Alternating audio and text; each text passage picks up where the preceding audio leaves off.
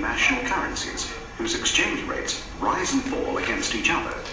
This results, economically speaking, in uncertainty.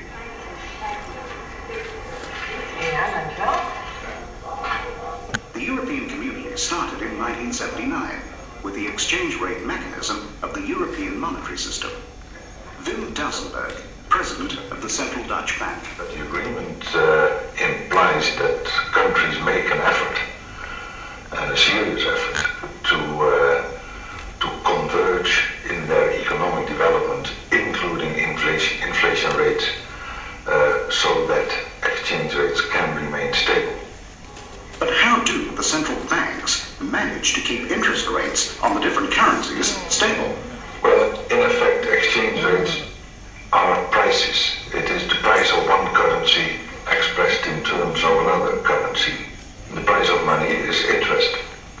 And the interest rates can be manipulated by central banks. And the other thing is the quantity. So central banks can manipulate both the price of money and the quantity of money traded into each other, that we call interventions in the exchange markets. When inflation is beaten, and it will be, Britain will be stronger still. Under Margaret Thatcher's leadership, the British government remained for years a strong opponent of participation in the ERM. Interest rates were raised in order to defend the pound. Inflation in England was 8% in 1990, with interest rates of 15%. Many homeowners were forced to sell their homes because of problems with these rates. Unemployment and bankruptcies rose dramatically. Margaret Thatcher gave in. Sir Alan Walters was Margaret Thatcher's advisor. The political pressure to go into the ERM was enormous. I don't think it was much to do with the ERM as such. It was more to do with personalities in the Conservative Party. But that's another matter. The British government hoped that entering the ERM would help interest rates and inflation rates decrease. Karl Otto Pohl, former president of the Central German Bank. I told the joint major at that time, he called me and informed me that they wanted to join the ERM at 295. And I said, look, we have to negotiate that. This is not a unilateral decision. It needs two for tango, because we are on the other side. And he said, no, that is already decided, and the Prime Minister has decided. I said, well, that is not my Prime Minister, but we couldn't do anything because it was published in and so it was in the market, and so we couldn't say, well, yeah, but we think that's the wrong rate. It was actually the rate at which the pound was being traded at that moment. So I wouldn't say it was the wrong rate, but and in that period and the ensuing years, particularly inflation and wage developments in the United Kingdom were very much higher, although gradually less high, but very much higher than in the other countries of the European community. In the same month that the pound entered the ERM, the unification of Germany took place. The core country of the ERM started to push up its interest rates, forcing all members to follow. But keeping the pound unaltered in the ERM became a question of political prestige in London. In 1992, the finance ministers of the European Community met in the English city of Bath. Given the high inflation, Germany required England to devaluate the pound. England demanded Germany to decrease its interest rate. It didn't want to devaluate, neither to increase the interest rate. The financial markets, speculators, institutional investors and companies trying to hedge their risks alike started unprecedented speculation against the pound.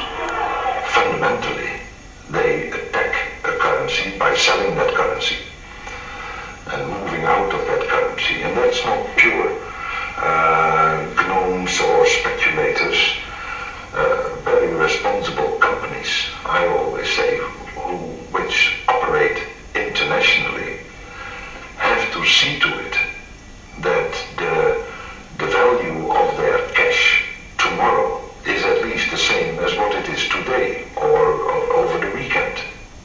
Speculation against the British pound reached billions. Speculators took advantage of the weakness of the ERM, that only a currency in crisis could be devalued.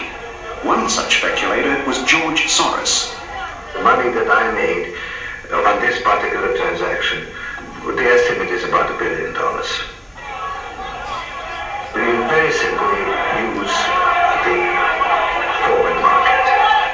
You borrow a sterling and you sell the sterling that you borrowed.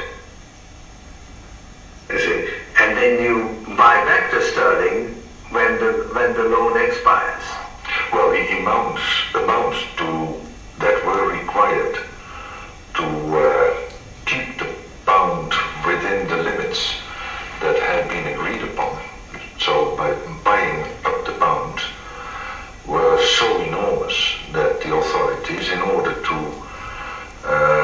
have the currencies with which to buy pounds available, had to borrow enormous amounts from other central banks, particularly in this case the Bundesbank. And then you were talking about tens and tens of billions of D-mark, which have to be borrowed, and that in the end that becomes unsustainable. Finally, on the 16th of September 1992, the situation reached breaking point. England's Black Wednesday. The government has concluded that Britain's best interests are served by suspending our membership of the exchange rate mechanism.